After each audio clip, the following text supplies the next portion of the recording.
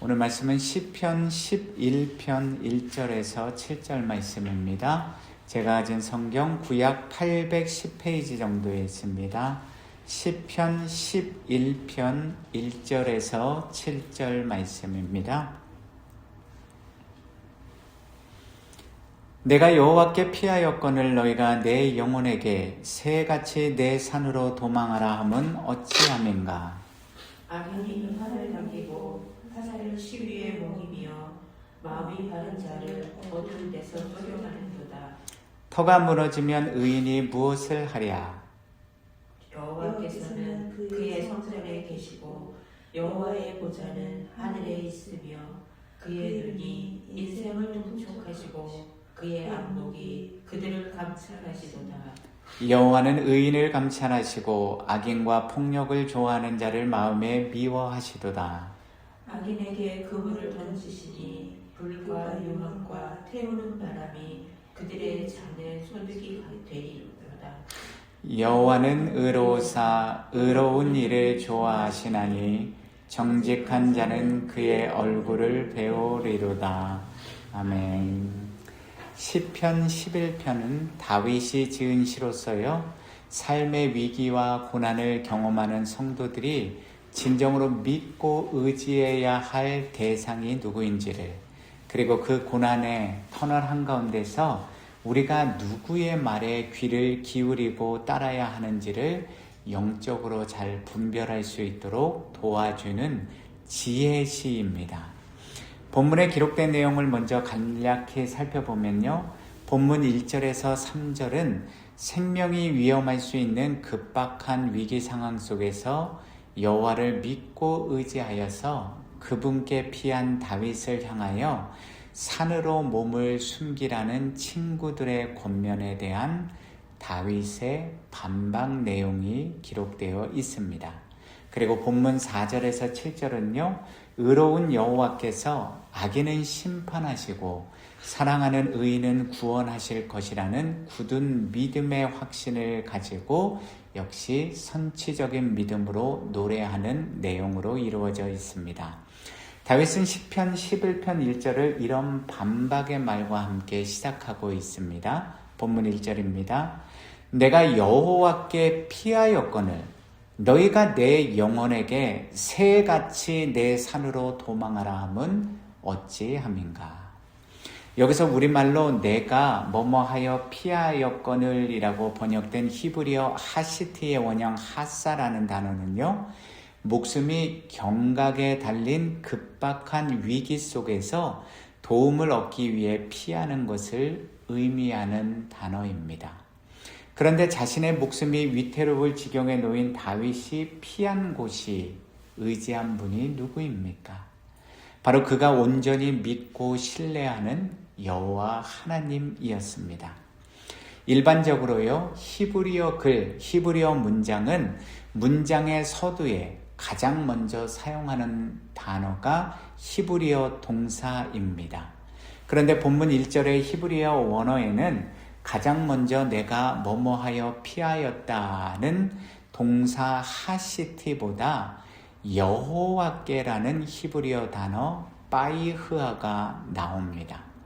그런 점에서 히브리어 원전에 기록된 본문 1절의 단어 배열 순서만을 확인해 보아도요, 다윗이 매일의 평범한 날뿐만 아니라 인생의 급박한 위험 속에서도 얼마나 여호와 하나님을 온전히 믿고 신뢰하였는지를 분명하게 알 수 있습니다.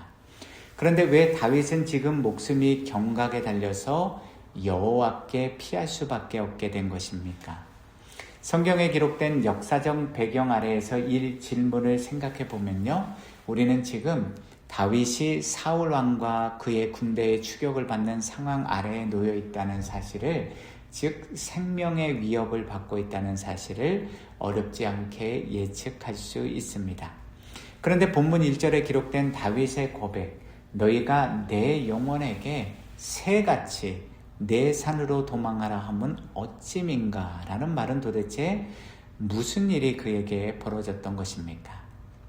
사울 왕으로 인해서 목숨이 경각에 달린 다윗에게 그의 가까운 지인들, 그의 가족들일 수도 있고요, 친구들일 수도 있고, 그의 충성스러운 신하들일 수도 있습니다. 혹은 백성들일 수도 있습니다. 하여튼 다윗에게 가까운 그의 지인들이 보이지 않는 여호와 하나님이 아니라 너의 목숨을 지금 스스로 살릴 수 있는 곳, 즉 쫓는 사울왕을 피해서 도망갈 수 있는 산으로, 지금 즉시 산으로 도망하라는 것입니다. 잘 생각해 보시면요, 일반적으로 사람들이 전쟁의 위기나 천재지변의 위기 상황 속에서 가장 먼저 찾는 피난처 지역이 어디입니까? 바로 산, 깊은 산속이지 않습니까? 그런 점에서 지금 다윗을 아끼는 친구들이 눈에 보이지 않는 하나님이 아니라 산, 즉 상징적인 의미로서요, 눈에 확실하게 보이는 인간이 숨을 수 있는 인간적인 피난처, 안전한 장소인 산으로 도피할 것을 권면하고 있다는 사실을 확인할 수 있습니다. 물론 그의 지인들, 가까운 친구들은 다윗을 진실로 걱정하기 때문에 안타까운 마음으로 그런 선한 의도로 그런 말을 하지 않았겠습니까? 왜냐하면 다윗이 처한 지금 신세가, 그의 영혼이 마치 새, 즉 아무 보잘것도 없는 작은 참새가 지금 당장 악인이 화살을 활시 위에 놓고 당겨 죽일 수도 있는 절체절명의 위기 가운데 놓여 있었기 때문입니다. 더욱이 본문 3절에 기록된 말씀처럼 터가 무너진 상황, 즉 사울왕이 왕임에도 불구하고요, 스스로 이스라엘의 법과 정의를 무시하고 의인 다윗을 죽이려고 하는 상황 속에서 다윗 그가 할 수 있는 일은 아무것도 없었고 오직 살기 위해서 악인을 피하여 산으로 도망치는 방법밖에는 없다는 것입니다. 그러한 친구들의 말, 지인들의 말을 들은 다윗이 그래서 본문 1절에서 내가 여호와께 피하였는데 어찌하여 너희들은 나에게 다른 눈에 보이는 것들을 믿고 의지하여 피하려고 하느냐라고 반문하였던 것입니다. 본문 4절부터는 이제 다윗이 본격적으로 왜 자신이 친구들이 말하는 눈에 보이는 이 세상의 도움과 피난처, 즉 산을 마다하고요, 유일하신 여호와 하나님을 자신의 산성과 요새와 피난처로 삼는지에 대한 분명한 이유를 고백하고 있습니다. 본문 4절에서 다윗은 여호와께서는 그의 성전에 계시는 분, 즉 다윗 자신뿐만 아니라 하나님의 말씀에 순종하는 길을 걷는 모든 의로운 하나님의 백성들과 항상 함께 하시는 분임을 말할 뿐만 아니라 그 여호와의 보좌는 하늘에 있다고, 즉 초월적인 하나님의 능력을 강조하고 있습니다. 그런 초월적이고 내재적인 전능자의 눈이 오늘도 인생을 통찰하시고 통촉하시고 그대를 감찰하신다고 고백하고 있습니다. 본문 4절에서 우리말로 인생을 통촉하시고 라고 번역된 히브리어 예해주의 원형 하자는요, 보통 인간의 눈으로 보지 못하는 것을 보는 행위를 의미하는데요, 전능하신 여호와 하나님이 은밀한 데서 행해지는 악도 모두 다 보고 계시는 심판주이심을 나타내고 있는 단어입니다. 또한 우리말로 감찰하시도다라고 번역된 히브리어 이브 한우의 원형 바하는요, 원래 불로서 금속을 재련하거나 시험하는 것을 의미하는 단어입니다. 그렇다면 다윗이 인생을 통촉하시고 감찰하신다는 이 두 단어를 사용해서 오늘 본문 4절에서 표현하고자 했던 바가, 말의 의도가 무엇이겠습니까? 전능하신 하나님은 인간의 겉으로 드러난 모든 말과 행위를 다 아시고 심지어 그 마음속에 감추어진 동기와 목적과 의도까지 다 아시는 분이시라는 것입니다. 그런 전능자께서 인간의 말과 행위를 다 시험하셔서 의인과 악인을 구별하시고 그에 합당한 정죄와 심판, 은혜와 상급을 부어주신다는 것입니다. 다윗은 그러한 공의의 심판주 되신 여호와께서 의인을 감찰하신다고 본문 5절에서 고백하고 있습니다.